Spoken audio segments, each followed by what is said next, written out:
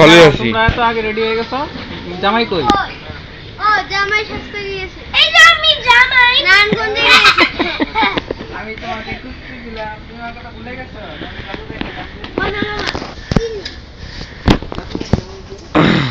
মাই ভাইয়া দাঁড়াও, মাই ভাইয়া দাঁড়াও, মাই ভাইয়া দাঁড়াও।